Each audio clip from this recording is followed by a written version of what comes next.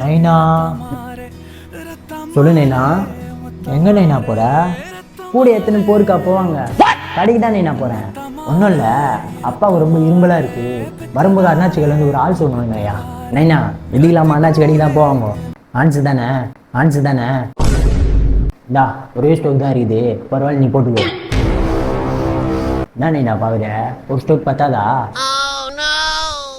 நீங்கள் வானேண்ணா, அப்பா காலில் வந்து ஆசீர்வாதம் வாங்கிக்கோங்க. நான் நைனா நீ இதுக்கலாமா காலில் விழுவாங்கோ.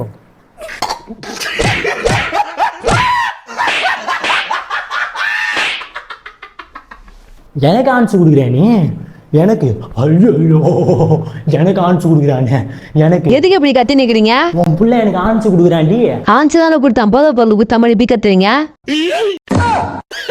இவ ஒரு கை நாட்டி, இவ எது போத பொருள் எது ஆன்சுன்னே தெரியாது. கேட்டா சோறு போட மாட்டேங்களா?